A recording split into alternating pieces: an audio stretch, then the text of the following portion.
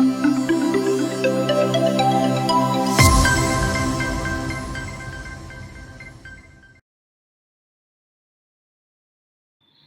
and welcome to the Daily News Simplified, an answer to what, why and how of newspaper reading.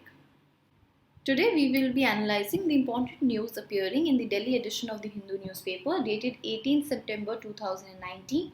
The topics to be discussed today are reflected on your screen and the timestamping for the same has been provided in the description box below. So let's begin.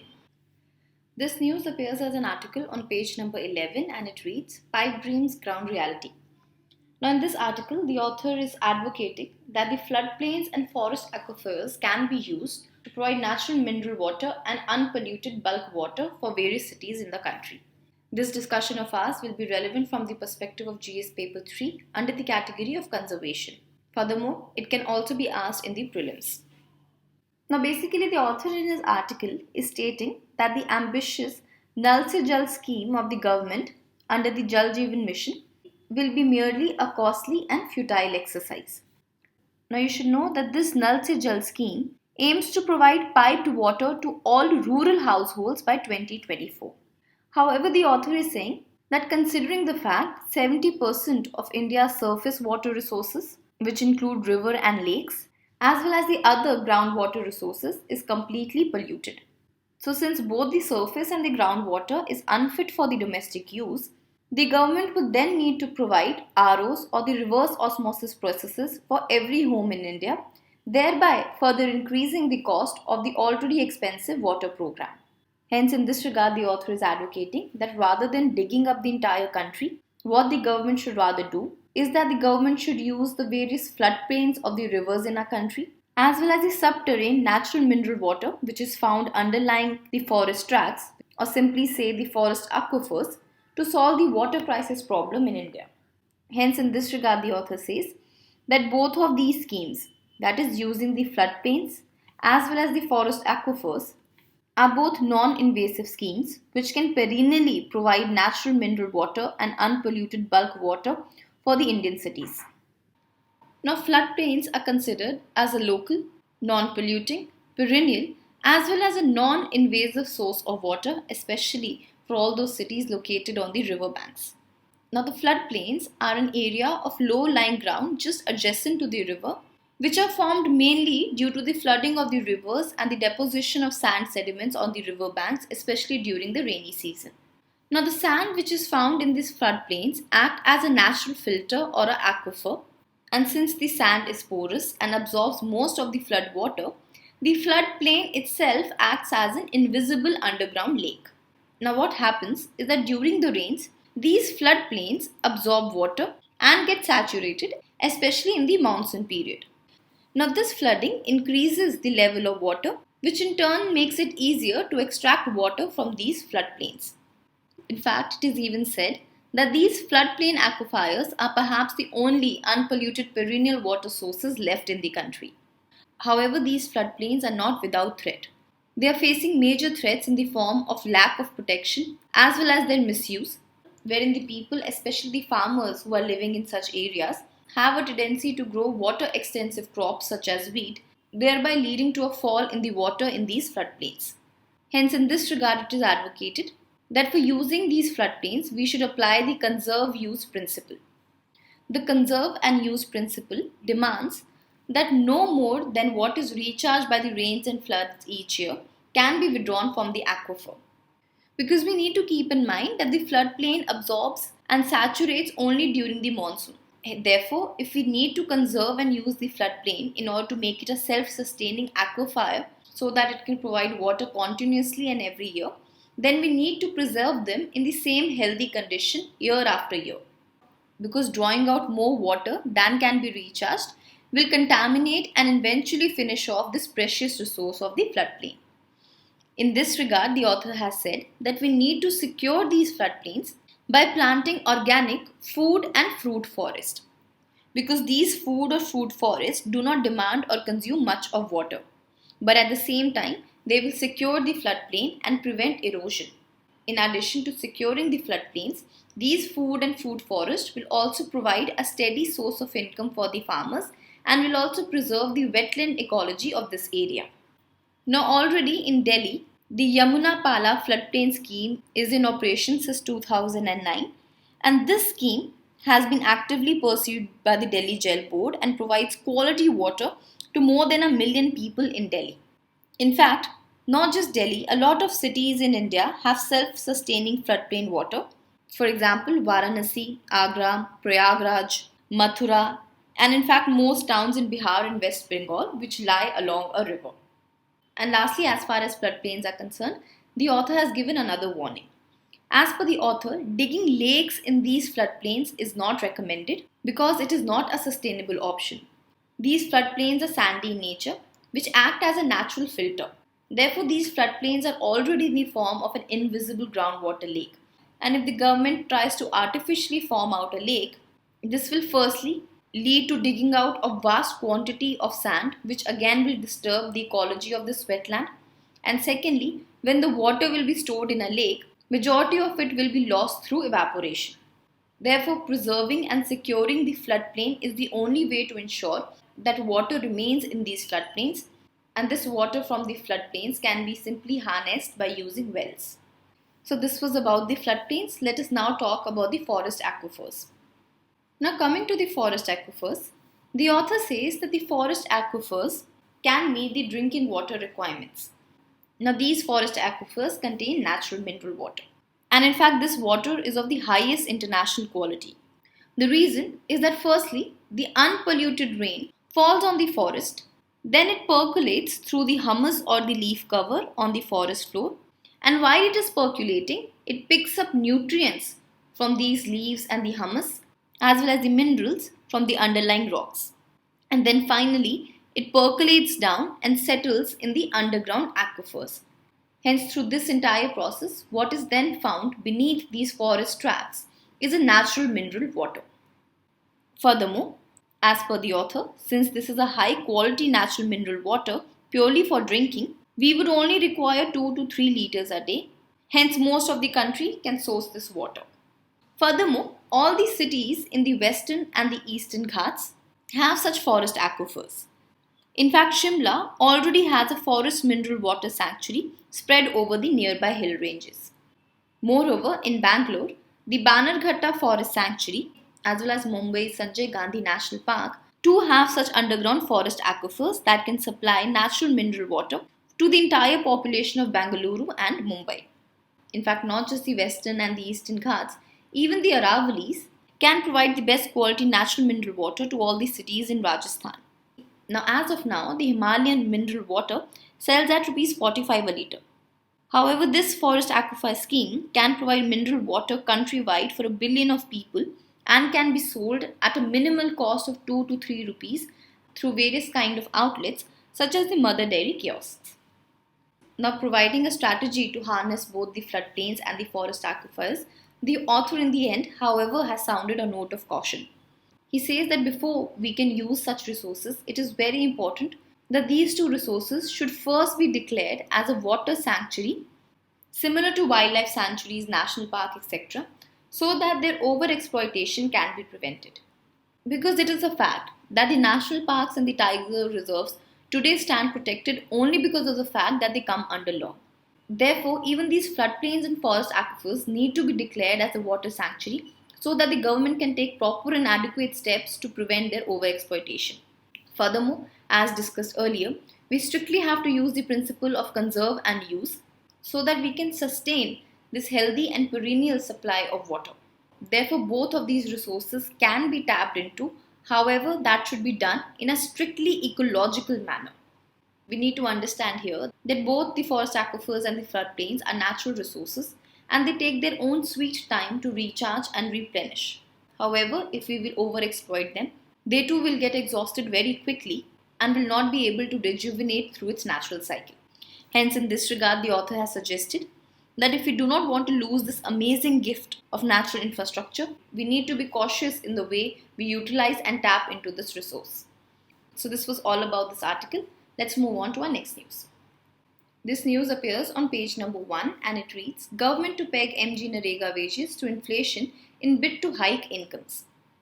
Now this discussion of ours will become relevant from the perspective of GS paper 3 under the category of economy and can also be relevant from the perspective of prelims as well. Now, the context of the news is that the Government of India is planning to link the MGNREGA wages to an updated inflation index. This is being proposed by the government to counter the present economic slowdown and boost the rural demand through an upward revision in the MGNREGA wages. Let us first understand the basic about the MGNREGA. Now, the Parliament came out with the Mahatma Gandhi National Rural Employment Guarantee Act in the year 2005. Now, this act provides at least 100 days of wage employment to people willing to work as manual casual labor. The objective of the program is to create employment opportunities in the rural areas and to prevent distress migration.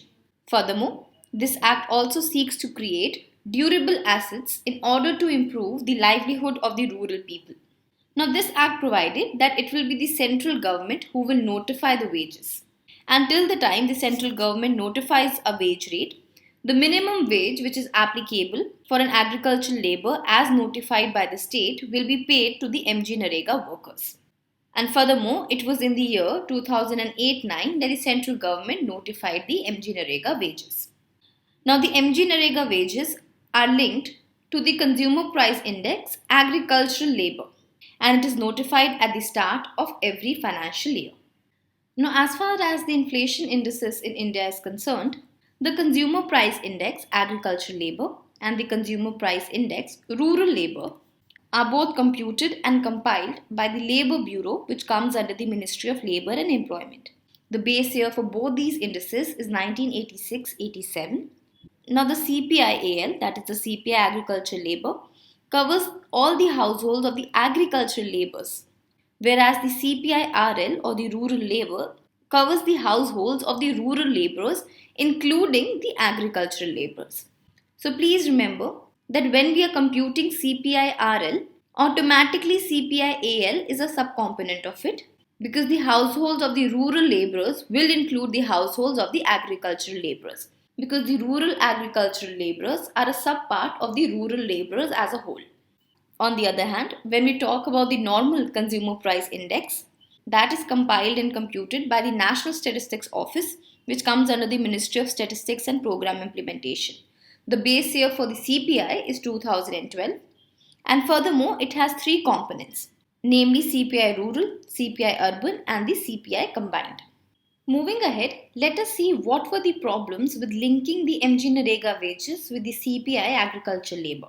Now, the Mahendra Dev Committee, which was appointed by the Rural Development Ministry to choose the appropriate inflation index for linking the MGNREGA wages, recommended that the CPI-AL is not the correct choice for linking MGNREGA wages, and rather stated that the wages should be linked with the CPI Rural. There were two major reasons for it.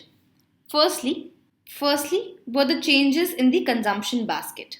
Now, the inflation index is calculated based upon the increase in the prices of the goods which are included in the consumption basket. Now, the consumption basket of CPI-AL has not been updated for more than 3 decades. In fact, prices of some of the items which are included in the consumption basket are not even available for data collection. And in addition to this, new items of consumption have also entered the consumption basket for the target groups. Hence, in this regard, it is felt linking the wages to an outdated CPI-AL may not capture the changes in the consumption pattern of the people. Second is the higher weightage which is accorded to the food items. Now, the CPI-AL gives around 40% of weightage to the food items. However, in reality, the rural workers spend a very small percentage of their money on food items because they are already getting subsidized food.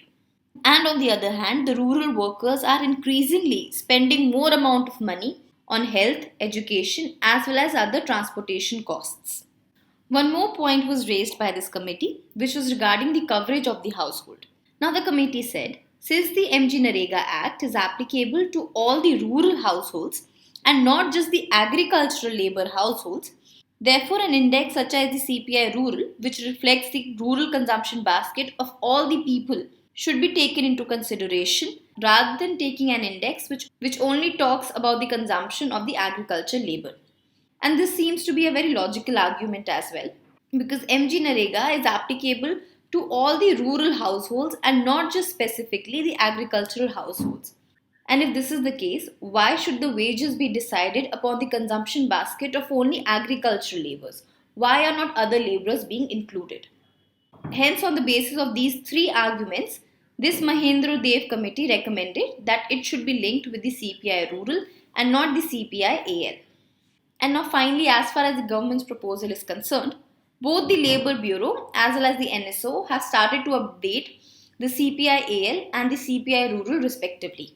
Because please keep in mind, it is the Labour Bureau which compiles the CPI AL, whereas it is the NSO which compiles the CPI rural. Now, the government's plan is to link the MGNREGA either to the CPI AL or to the CPI rural, whichever is higher in a particular state. So, say for example, in Punjab, the CPI AL is higher than the CPI rural. Then in Punjab, the wages of the MGNREGA will be linked to CPI AL. However, on the other hand, let's say in UP, the CPI rural is higher than the CPI AL. Then in UP, the MGNREGA will be linked to the CPI rural. So this is the government's plan. However, please keep in mind that this is still in the proposal stage and has not yet been finalized. So this was all about this news. Let's move on to our next discussion. This next news is an article appearing on page number 10 and it reads, Red Sea Red Lines and Yemen's Inflection Point. Now, though we have covered the Yemen conflict earlier, but today's article talks more about the historical background of the conflict as well as its probable impact on India. Therefore, today we will be talking about the Yemen conflict and will be seeing the roots of this present conflict. At the outset, only please be informed that knowing the details about the Yemen conflict is not important from the perspective of a UPSC syllabus. However, just for your understanding as to how the conflict started, we are going to cover it from its history. Now, you must be knowing that Yemen is a country which lies in the southwest corner of the Arab Peninsula. And this country is grappling in poverty and famine-like situation because it has found itself in a sticky situation where it has become a battleground for two opposing forces. Now, as far as Yemen is concerned, the northern part of Yemen is basically a hilly and a fertile area and even has some oil reserves. Now, this northern part of Yemen basically consists of the Zaidi community, which are closer to the Shia sect which is followed in Iran. So, as far as conflict goes, this becomes a first party, wherein the northern part mostly belongs to the Zaidi, who are supported by the Iran. Now, the southern part of Yemen is mostly a desert. Now, this part is mostly Sunni, therefore they connect more to the other countries of the Gulf Cooperation Council, such as Saudi Arabia, UAE, etc. Now, this southern part of Yemen was earlier colonized by the British to protect the sea route to India. Therefore, this area is relatively more westernized as compared to the northern part. Now, here is an interesting fact. South Yemen also had close links with India because the Nizam of Hyderabad relied on the troops from this South Yemen area, and even Dhirubhai Ambani began his career in Aden. Now, coming to the roots of the present conflict. Once again, please keep in mind that the history of this conflict is not important from the perspective of UPSC. However, we are covering it so that you understand the Yemen issue more in a story-like format. Now, what happened is that in the 1930s, the Imam of North Yemen gave 3 provinces to Saudi Arabia. However, many Yemenis still consider those provinces to be an integral part of Yemen. Then in 1960s, North Yemen saw a 6-year civil war, and this civil war resulted in the formation of the Yemen Arab Republic in 1968. Then fast forwarding to 1990, a united Republic of Yemen was established.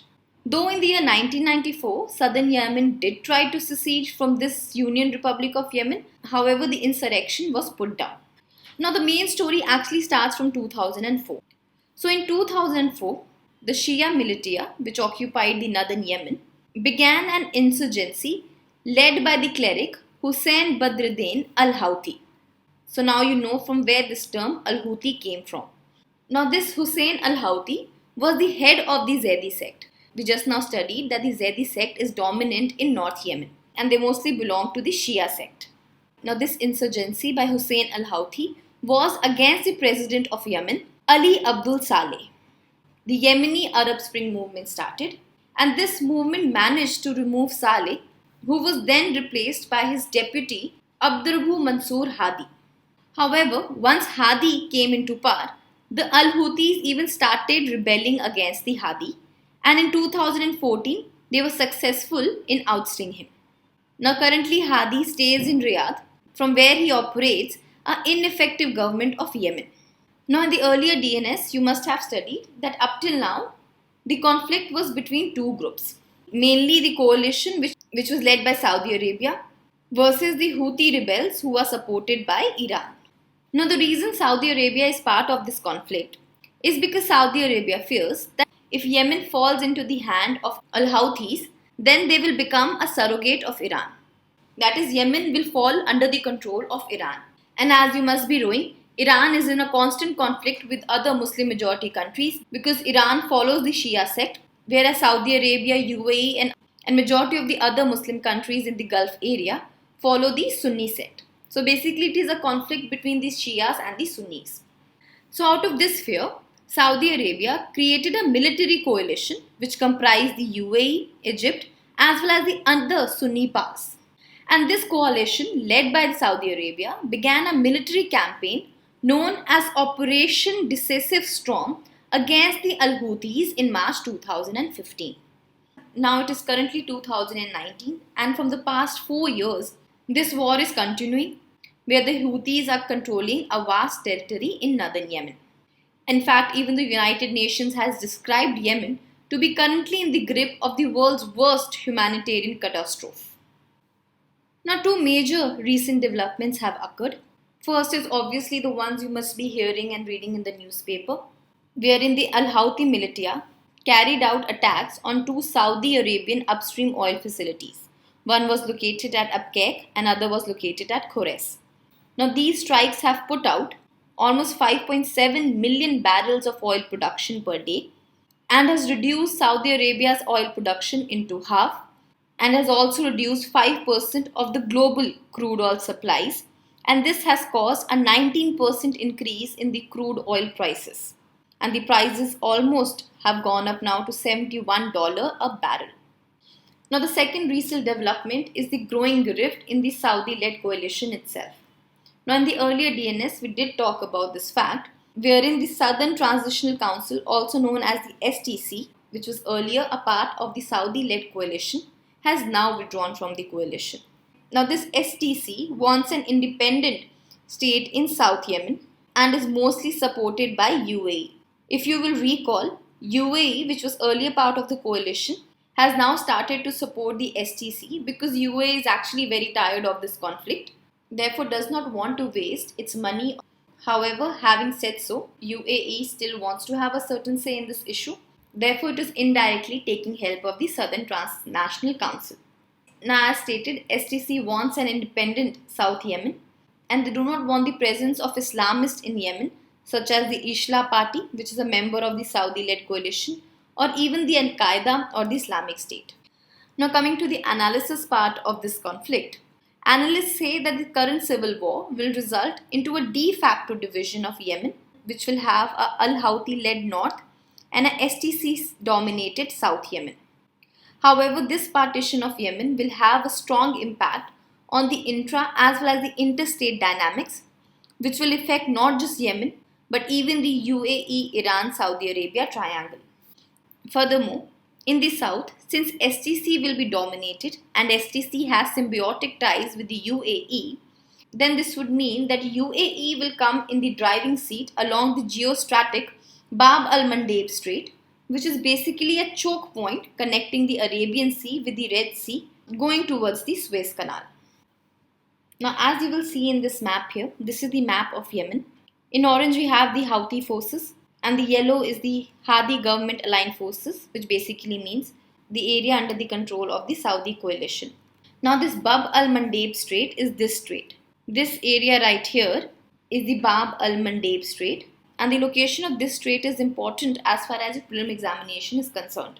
And as you can see, this Bab al-Mandeb Strait is a choking point between the Gulf of Aden and the Red Sea, and as you will be knowing, here somewhere lies the Suez Canal. Lastly, let us talk about what is the India's interest in this entire conflict. Now, most of India's westbound sea trade passes through this Bab al-Mandeb Strait. Therefore, from an economical point of view, India needs to watch this evolving situation very closely and should try and make ties with all the emerging stakeholders in Yemen, especially in the southern coastal belt, which will control this Bab al Mandeb in the future. Now, considering the fact that India is the world's third largest crude oil importer and that Saudi Arabia supplies nearly one-fifth of India's crude oil requirements, this attack on the Saudi oil facility as well as the resultant increase in the oil prices has hit India very severely, and already considering the fact that the Indian economy is in a struggling state, the increasing crude oil prices could be devastating for the Indian economy. Thirdly, considering the fact that the regional situation in this area has become very tense and volatile, this will also affect India's manpower and other diaspora which is located in all these areas. And lastly, this attack on Saudi oil facility can also affect the ongoing negotiation between Saudi's Aramco and Reliance Industries. Now, both of them were trying to negotiate so that Saudi Arabia could invest in India. And lastly, for the future, considering the fact that the oil market has become very volatile, India should now take proactive steps to secure its energy requirements. This can include efficiently implementing India's biofuel program, expanding and quickly implementing India's strategic petroleum reserves. Thirdly, transitioning to e-vehicles. Fourthly, diversifying our sources of crude oil away from West Asia. And lastly, considering the fact that now drones have emerged as a weapon of choice, and therefore in the future, if they get into a hand of a terrorist organization, then the entire infrastructure of South Asia will be put into risk. Hence, considering this too, in fact, India should have an effective security strategy to guard against such drones attack in the future. So this was all about the Yemen's history, the present conflict, as well as how it impacts India. This last part can be of importance, especially from the perspective of mains, and the other points that we discussed about the Yemen conflict can be asked during the interview. So with this, let's move on to our next news. This news appears on page number 11 and reads, "The future of food is animal friendly." And in this article, the author is advocating for a plant-based and clean meat. Now, this discussion of ours will become relevant from the perspective of GS Paper 3, both under the category of environment and economy, because in this discussion, we will also be talking about the meat industry. Now, the United Nations Committee on World Food Security defines food security to mean that all people at all times have physical, social, and economic access to sufficient, safe, and nutritious food. However, our food system is facing a monumental challenge today because feeding 10 billion people by 2050 with the current agricultural practices which we have is almost impossible. Hence, our food system is putting undue pressure on our resources, and the inefficient meat industry is adding to the already existing problems. Now let's talk about what are the problems of the meat industry. Now obviously, if we need to consume meat, we first have to feed the animals such as cow, goat, chicken, etc. So basically, in essence, for every 9 calories of food that we feed to a chicken, we only get 1 calorie back. And despite such heavy investment, 34.7% of children are currently malnutritioned in India. Moreover, for industrialized animal production, there is a requirement for water, fuel, pesticide, and even fertilizer. Another major problem of the meat industry is the tremendous amount of water it uses. In fact, 1/3 of the world's entire water consumption is just for simply producing animal products. In addition to all of this, antibiotics too are being used in livestock and poultry feed. And as you must be knowing, that the antimicrobial resistance has been termed by the WHO as one of the biggest threats to global health. A good example of the antibiotics which are used in our livestock and poultry is oxytocin, colistin, etc. In addition to this, meat industry also have certain humane issues because the animals are crammed into the farms, they face extreme cruelty during their lives and are then finally inhumanly slaughtered. Moreover, there is another research which says that food habits are actually linked to income rise because as our income rises, even the consumption of meat increases. and hence the pressure on our resources will also keep on augmenting or increasing. Hence, despite the increased meat production, we will continue to become a food insecure nation. So, having discussed the problems of the meat industry, then what is the solution? The solution lies in the usage of plant-based meat, also known as clean meat. Now, clean meat is a term coined by the Good Food Institute, which represents meat producers. Now, clean meat basically is a meat which is produced using cellular agriculture and tissue engineering techniques in a lab from a small sample of cells taken from an animal. So, basically, in this technique, we take a small sample of cells from an animal, then we use cellular agriculture and tissue engineering techniques, through the help of which we then produce meat-like products. Second option is plant-based meat. Now, this meat is made using plant and other non-animal products which look, taste and feel exactly like meat products. In fact, plant-based meats are made to resemble meat products in texture, flavor and appearance. The primary ingredients in the plant-based meat are typically soya beans, wheat gluten, lentils and a variety of nuts. Now not exactly example of plant-based meat, but a very common dish which is doing the round these days is soya chap, which though is funny but is called as the meat for the vegetarians. Now this soya chap, which is made from the soya beans, actually has a texture like meat. Now lastly, coming to the benefits of clean meat. Now the diet, which consists of too much of red meat, comes at a cost, which includes increased risk of cancer, heart diseases, cardiovascular diseases, obesity, etc. Processed meat in particular has high sodium content, which is linked to an increased risk of coronary heart disease and type 2 diabetes. Plant-based meat or clean meat in comparison is a lot more healthier. Secondly, of course, plant-based meat is environmentally friendly as water, fuel, pesticide and fertilizers are less required. Next, it is also healthier because it is free of antibiotics. Fourthly, it can help to reduce the impact which the meat industry has on our climate, can also help to increase farmers' income, can help to combat malnutrition, as well as spare the lives of billions of animals. And currently, Netherlands, US, Israel, Japan, Singapore all are developing both the plant-based and the clean meat. Now, as far as India is concerned, India's population stands to benefit from this clean meat or plant-based meat because India is uniquely poised to be a leader in this sector because crops such as millets, ragi, pulses, chickpeas, etc. are already grown in good quantity in India, and all these are actually the ideal raw materials or ingredients for plant-based meat. Therefore, India has the potential to develop into a hub for plant-based meat production. So with this, let's move on to our next news. This news appears on page number 9 and it reads, Government-funded NGOs come under RTI ambit, says Supreme Court. Now the context of the news is that recently the Supreme Court of India has held in a case that non-governmental organizations or NGOs who are substantially financed by the government do fall under the purview of Right to Information Act of 2005. Now the court defined the term substantial to mean as a large portion of amount. Hence, in this regard, the Supreme Court stated that substantial does not mean that the financing by the government should be above 50%. As long as the financing constitutes a large portion, the NGO will fall under the ambit of the Right to Information Act. Moreover, the funding can also be direct or indirect.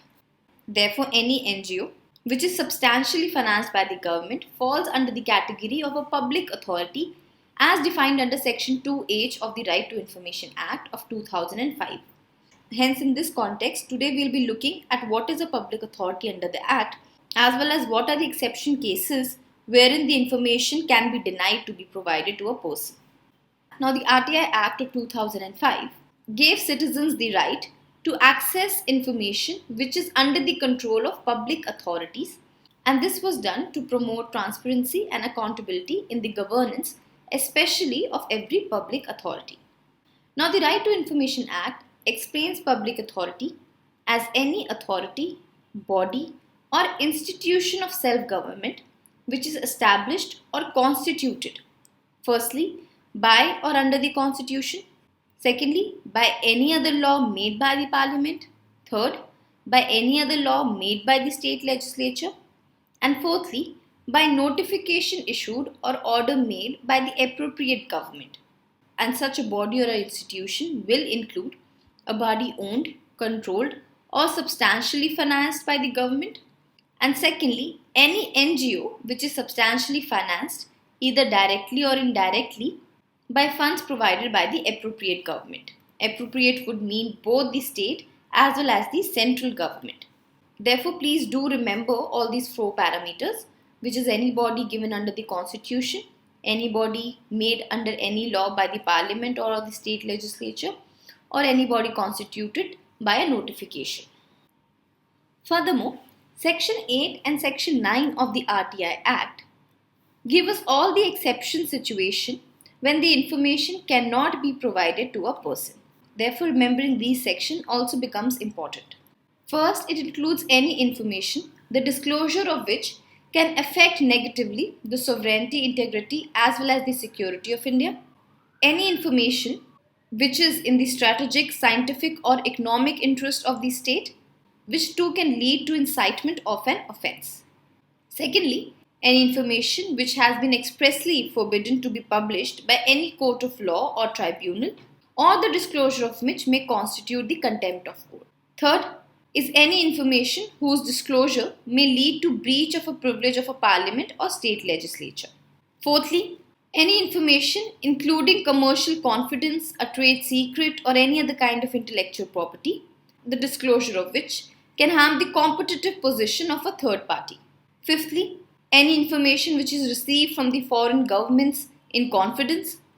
Sixthly, any information whose disclosure will endanger the life or the physical safety of any person or the identity of any person who has provided a source of information to any law enforcement or security agency in confidence.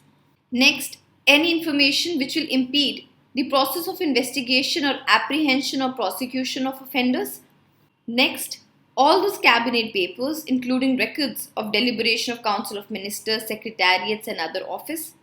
Next is any information which is in the form of a personal information, the disclosure of which has no relation to any public activity or interest, and rather it would cause unwarranted invasion or intrusion into the privacy of that individual.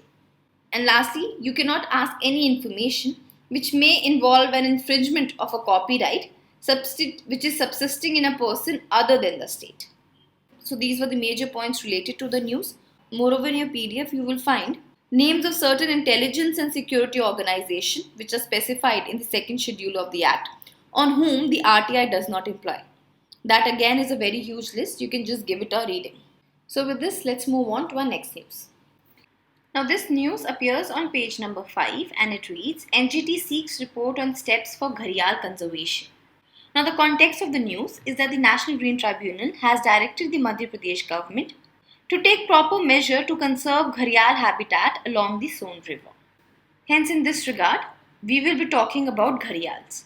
Now, as far as Gharial's native range is concerned, now earlier it was found in the entire Indian subcontinent. However, it is now extinct in Bhutan, Myanmar and Pakistan and is now only found in Bangladesh, India and Nepal.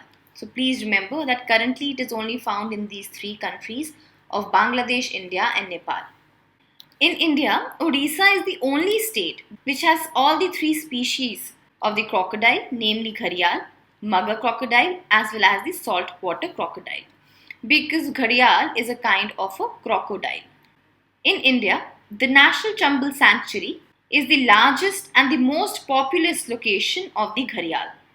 In addition to Odisha, the surviving population of Gharial can be found in Ganga and the tributaries of it, namely the Girva river in Uttar Pradesh, Son in Madhya Pradesh, Ram Ganga in Uttarakhand, Gandak in Bihar, Chambal in UP, Madhya Pradesh, Rajasthan and in Mahanadi.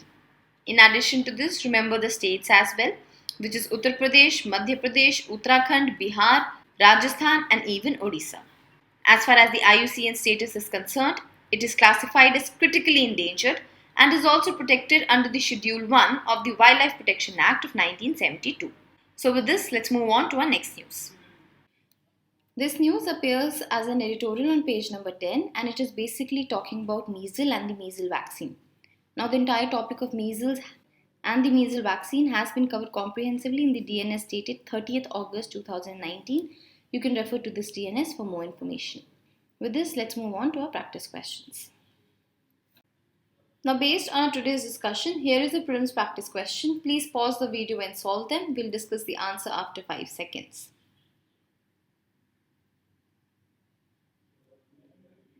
Question number 1 reads, consider the following statements. Number 1, MGNREGA wages are linked to the CPI agricultural labor. Now this is correct.